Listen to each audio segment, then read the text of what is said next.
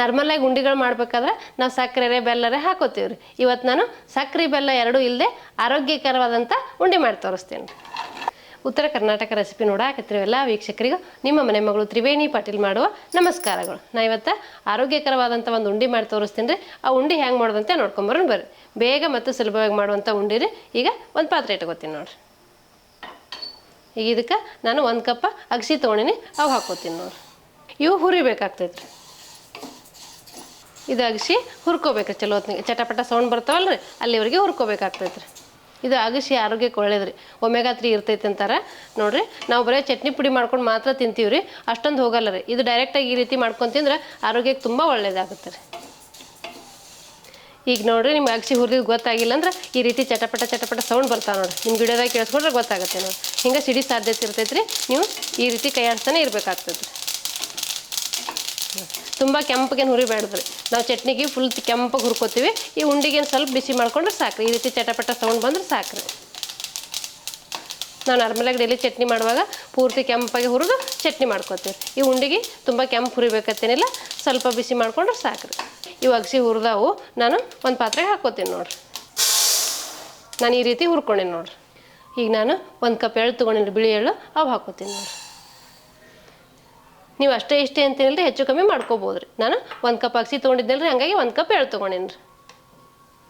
ಈ ರೀತಿ ನೀವು ಉಂಡೆ ಮಾಡಿ ಇಟ್ಬಿಟ್ರೆ ಅಂದ್ರೆ ಬೆಳಗ್ಗೆ ತಿಂಡಿ ಬೇಗ ಆಗಿಲ್ಲ ಅಂದ್ರೆ ಈ ಒಂದೊಂದು ಉಂಡೆ ತಿಂದುಬಿಟ್ರೆ ಎನರ್ಜಿ ಬರ್ತೈತೆ. ಯಾಕಂದ್ರೆ ವಯಸ್ಸಾದಂಗೆ ಹೆಣ್ಮಕ್ಳಿಗೆಲ್ಲ ಎನರ್ಜಿ ಕಮ್ಮಿ ಆಗ್ತೈತೆ. ನಾವು ಕೆಲಸ ಮಾಡ್ತಾನೆ ಇರ್ತೀವಿ, ಹಾಗಾಗಿ ಬೇಗ ತಿಂಡಿ ತಿನ್ನಲ್ಲ ರೀ. ಹಾಗಾಗಿ ತಿಂಡಿ ಜೊತೆಗೆ ಒಂದು ಉಂಡೆ ತಿಂದ್ರೆ ಸಾಕ್ರಿ. ಆರೋಗ್ಯಕ್ಕೆ ತುಂಬ ಒಳ್ಳೇದು ರೀ. ಈಗ ನೋಡಿರಿ, ಎಳ್ಳು ಚಟಪಟ ಸೌಂಡ್ ಬರಾಕತ್ತಾವು. ನಾ ಈಗ ತೆಗೆದು ಅದೇ ಪಾತ್ರೆಗೆ ಹಾಕೋತೀನಿ ನೋಡಿರಿ. ಅಗಸಿ ಏನು ಹಾಕೊಂಡಿಲ್ಲ ರೀ, ಅದ್ರಾಗೆ ಹಾಕೋತೀನಿ ನೋಡಿರಿ. ಇವನು ಏನು ತುಂಬ ಹುರಿಬೇಕಂತೇನಿಲ್ಲ ರೀ, ಸ್ವಲ್ಪ ಲೈಟಾಗಿ ಹುರ್ಕೊಂಡ್ರೆ ಸಾಕ್ರಿ. ನಿಮ್ಗೆ ಗೊತ್ತಾಗ್ತೈತೆ ನೋಡಿರಿ, ಚಟಪಟ ಸೌಂಡ್ ಬರ್ತಾವೆ, ಸ್ವಲ್ಪ ಕಲರು ಚೇಂಜ್ ಆಗ್ತಾವೆ, ಸ್ವಲ್ಪ ದಪ್ಪ ಆಗ್ತಾವೆ ರೀ. ಹುರಿದಾಗ ಹುರಿಕಿನ ಮುಂಚೆ ಎಳ್ಳು ಸಣ್ಣ ಇರ್ತಾವೆ, ಹುರಿದಾಗ ಸ್ವಲ್ಪ ದಪ್ಪ ಆಗ್ತಾವೆ ರೀ. ಈಗ ನಾ ಅಗಸಿ ಏನು ಹಾಕೊಂಡಿದ್ದಿಲ್ಲ ರೀ, ಅದೇ ಪಾತ್ರೆಗೆ ಹಾಕೋತೀನಿ ನೋಡಿರಿ. ನಾನು ಅಗಸಿ ಎಳ್ಳ ಏನು ಹುರಿದ್ನಿಲ್ಲ ರೀ, ಅದೇ ಪಾತ್ರೆಗೆ 1 ಕಪ್ ಗೋಡಂಬಿ ತೊಗೊಂಡೇನಿ, ಅವು ಹಾಕೋತೀನಿ ನೋಡಿರಿ. ನೀವು ಅಷ್ಟೇ ಇಷ್ಟೇ ಅಂತೇನಿಲ್ಲ ರೀ, ಹೆಚ್ಚು ಕಮ್ಮಿ ಹಾಕೋಬೋದು ರೀ. ಅದೇ ಕಪ್ಪಿಲೆ 1 ಕಪ್ ಬಾದಾಮ್ ತೊಗೊಂಡಿನಿ, ಅವು ಹಾಕೋತೀನಿ ನೋಡಿರಿ. ಇವನು ಸ್ವಲ್ಪ ಲೈಟಾಗಿ ಹುರ್ಕೋತೀನಿ. ತುಂಬ ಕೆಂಪಾಗಿ ಹುರಿಬೇಕತ್ತೀನಿಲ್ಲ ರೀ, ಸ್ವಲ್ಪ ಲೈಟಾಗಿ ಹುರಿದ್ರೆ ಸಾಕ್ರಿ. ಇದಕ್ಕೇನು ತುಪ್ಪ ಅದೇನು ಹಾಕಲ್ರಿ, ಹಂಗೆ ಹುರಿತೀನಿ.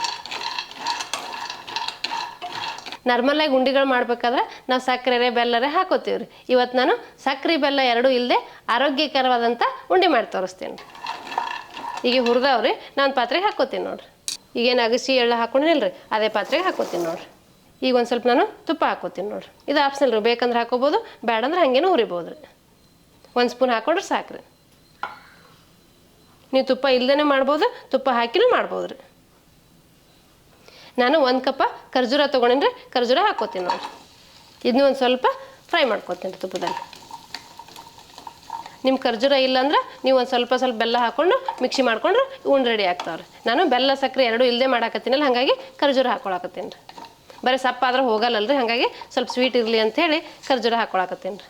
ಉಂಡಿಗೆ ಬೇಕಾಗಿರುವಂಥ ಸಿಹಿ ಪ್ರಮಾಣ ಈ ಖರ್ಜೂರ ಕೊಡುತ್ತೆ ರೀ. ಹಾಗಾಗಿ ಬೆಲ್ಲ ಸಕ್ಕರೆ ಹಾಕೋ ಬದಲು ಈ ರೀತಿ ಖರ್ಜೂರ ಹಾಕೊಂಡ್ರೆ ಆರೋಗ್ಯಕ್ಕೂ ಒಳ್ಳೆಯದು ಮತ್ತು ಸಿಹಿನೂ ಆಗುತ್ತೆ ರೀ.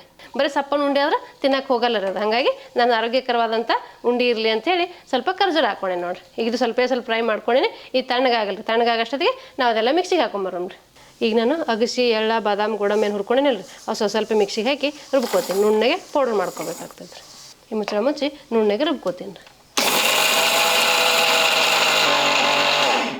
ನೋಡಿರಿ, ಈ ರೀತಿ ನುಣ್ಣಗೆ ರುಬ್ಕೋಬೇಕು ರೀ. ನಾನು ಮಿಕ್ಕಿದ್ದೆಲ್ಲ ರುಬ್ಕೋತೀನಿ. ಎಲ್ಲ ರುಬ್ಬೋದು ತೋರಿಸ್ಕೊತ ಕೂತ್ರೆ ವಿಡಿಯೋ ಲೆಂದಿ ಆಗ್ತೈತಿ, ಹಾಗಾಗಿ ರುಬ್ಬಿ ಆದಮೇಲೆ ತೋರಿಸ್ತೀನಿ ರೀ. ಈಗ ನಾವು 1 ಜಾರ್ ರುಬ್ಕೊಂಬಂದೀನಿ ರೀ. ಈಗ ಇದೊಂದು ಪಾತ್ರೆಗೆ ಹಾಕೋತೀನಿ ನೋಡಿರಿ. ಇದೇ ರೀತಿ ಮಿಕ್ಕಿದ್ದೆಲ್ಲ ರುಬ್ಕೊಂಬರ್ತೀನಿ ರೀ. ಈಗ ನೋಡಿರಿ, ನಾನು ಅಗಸಿ ಎಳ್ಳ ಬಾದಾಮ ಮತ್ತು ಗೋಡಂಬಿ 4 ಹುರ್ಕೊಂಡಿದ್ನೆಲ್ಲ ಅದೆಲ್ಲ ಮಿಕ್ಸಿಗೆ ಹಾಕಿ ರುಬ್ಕೊಂಬಂದಿನಿ. ಇಷ್ಟ ಆಗೈತೆ ನೋಡಿರಿ. ನೀವು ಇದು ಹಾಗೆ ಉಂಡೆ ಕಟ್ಟಿ ತಿನ್ಬೋದು, ಆದರೆ ಸಪ್ಪ ಆಗುತ್ತಲ್ಲ ರೀ, ಹಾಗಾಗಿ ಸ್ವಲ್ಪ ಖರ್ಜೂರನೂ ಹಾಕ್ಕೊಂಡ್ರೆ ಸ್ವೀಟ್ ಕೊಡ್ತೈತಿ. ಹಾಗಾಗಿ ನಾನು ಖರ್ಜೂರ ಹಾಕ್ಕೊಳಕತ್ತೀನಿ ರೀ. ಈಗ ನಾವೆಲ್ಲ ರುಬ್ಬಿದ್ನಲ್ಲ ರೀ, ಅದೇ ಜಾರಲ್ಲೇ ಇದು ಖರ್ಜೂರನೂ ಹಾಕೋತೀನಿ ನೋಡಿರಿ. ಖರ್ಜೂರನೂ ಅದ್ರಾಗ ಹಾಕಿ ರುಬ್ಬೋದಿತ್ತು, ಅದ್ರಾಗ ಹಾಕಿದ್ರೆ ಬೇಗ ಸಣ್ಣ ಆಗಲ್ಲ ಇದು, ಯಾಕಂದ್ರೆ ಜಿಗಿಟ್ಟಿರ್ತೈತಲ್ಲ.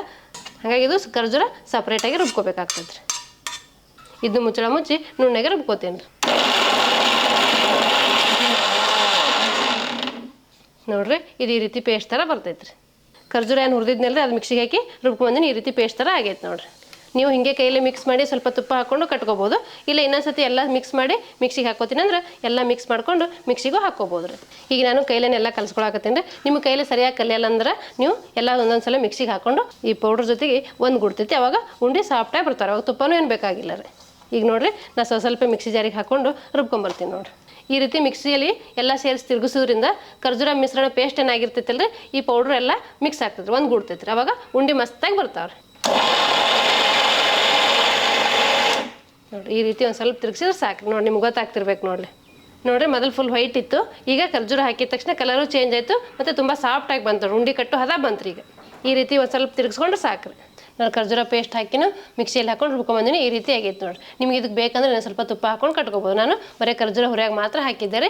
ನಿಮಗಿಲ್ಲ ನಡಿತೈತೆ ತುಪ್ಪ ಹಾಕೊಂಡ್ರೆ ಅಂದ್ರೆ ಇನ್ನೊಂದು ಸ್ವಲ್ಪ ಹಾಕೊಂಡು ಕಟ್ಕೋಬೋದು. ನೋಡಿರಿ ಈ ರೀತಿ ಎಲ್ಲ ಚಲೋ ಹೊತ್ತಿನ ಮಿಕ್ಸ್ ಮಾಡ್ಕೊಂಡ್ರೆ ಎಲ್ಲ ಕೂಡ್ತುಕೋತಾರೆ. ಈಗ ನೋಡಿರಿ ಈ ರೀತಿ ಎಲ್ಲ ಚಲೋ ಹೊತ್ತಿನ ಮಿಕ್ಸ್ ಮಾಡ್ಕೊಂಡು ಉಂಡೆ ಕಟ್ಟಬೇಕಾಗ್ತೈತೆ. ನಿಮ್ಗೆ ಯಾವ ಸೈಜಲ್ಲಿ ಉಂಡೆ ಬೇಕು ನೋಡಿಕೊಂಡು ಆ ಸೈಜಲ್ಲಿ ಉಂಡೆ ಕಟ್ಕೋರಿ. ನಾನು 2 ಕೈಲೇ ಕಟ್ಟಾಕತ್ತೀನಿ, ನೀವು ಬೇಕಾದ್ರೆ ಒಂದೇ ಕೈಲೂ ಕಟ್ಬೋದು ರೀ. ಒಂದೇ ಸಮ ಆಗ್ಬೇಕತ್ತೇನಿಲ್ಲ ರೀ, ದೊಡ್ಡ ಸಣ್ಣ ನಡೀತೈತೆ, ಹೆಚ್ಚು ಕಮ್ಮಿ ಆಗ್ಬೋದು ರೀ. ನೀವು ಅಷ್ಟು ದೊಡ್ಡನೇ ಕಟ್ಟಬೇಕು ಸಣ್ಣನೇ ಕಟ್ಬೇಕತ್ತೇನಿಲ್ಲ, ನೀವು ಹೆಂಗೆ ಬೇಕು ನೋಡ್ಕೊಂಡು ನೀವು ಕಟ್ಬೋದು ಉಂಡೆ. ನಿಮ್ಮ ಮನೆಯಾಗ ಯಾವ ರೀತಿ ಕಟ್ತೀರಿ ಆ ರೀತಿ ಕಟ್ಕೊಂಡ್ರೆ ಸಾಕು. ಈಗ ನೋಡಿರಿ ನಾವು ಇದಕ್ಕೆ ತುಪ್ಪನೂ ಹಾಕಿಲ್ಲ ಬೆಲ್ಲನೂ ಹಾಕಿಲ್ಲ ರೀ. ನೋಡಿ ಉಂಡೆ ಹದ ಎಷ್ಟು ಮಸ್ತಾಗಿ ಬಂದವ್ರಿ. ಈಗ ಎಳ್ಳನಾಗೂ ಎಣ್ಣೆ ಅಂಶ ಇರ್ತೈತಿ, ಖರ್ಜೂರನಲ್ಲೂ ಸ್ವೀಟ್ ಅಂಶ ಇರ್ತೈತಿ, ಹೀಗಾಗಿ ಕರೆಕ್ಟ್ ಉಂಡೆ ಹದ ಬರ್ತೈತೆ ರೀ. ನೀವು ಬೆಳಗ್ಗೆ ತಿಂಡಿ ಮಾಡೋದು ಲೇಟ್ ಆಗುತ್ತೆ ಅನ್ನೋದಾದ್ರೆ ಈ ರೀತಿ ಒಂದು ಉಂಡೆ ತಿಂದು ನೀರು ಕುಡಿದ್ಬಿಟ್ರೆ ಎನರ್ಜಿ ಬಂದುಬಿಡ್ತೈತೆ ರೀ. ಈಗ ನೋಡಿರಿ ನಾ ಮಾಡ್ಕೊಂಡಿರೋ ಉಂಡೆ ಇಷ್ಟ ಆಗ್ಯಾವ ನೋಡಿರಿ. ಈ ಆರೋಗ್ಯ ದೃಷ್ಟಿಯಿಂದ ನೀವು ಈ ರೀತಿ ಒಂದಿಷ್ಟು ಉಂಡೆ ಮನೆ ಮಾಡಿಟ್ಬಿಟ್ರೆ ನಿಮ್ಗೆ ಯಾವಾಗ ತಿನ್ಬೇಕು ಅನ್ಸುತ್ತೆ ನೋಡಿಕೊಂಡು ತಿನ್ಬೋದು ರೀ. ನೀವು ನೋಡಿದ್ರಲ್ರಿ ವೀಕ್ಷಕರೇ, ಆರೋಗ್ಯಕರವಾದಂಥ ಉಂಡೆ ಮಾಡೋದನ್ನು, ಈ ಆರೋಗ್ಯಕರವಾದಂಥ ಉಂಡೆ ಮಾಡೋ ಪದ್ಧತಿ ನಿಮ್ಗೆ ಇಷ್ಟ ಆಗಿತ್ತಂದ್ರೆ ಒಂದು ಲೈಕ್ ಮಾಡಿರಿ, ಶೇರ್ ಮಾಡಿರಿ, ಕಮೆಂಟ್ ಮಾಡಿರಿ, ಸಬ್ಸ್ಕ್ರೈಬ್ ಆಗಿರಿ. ಧನ್ಯವಾದಗಳು.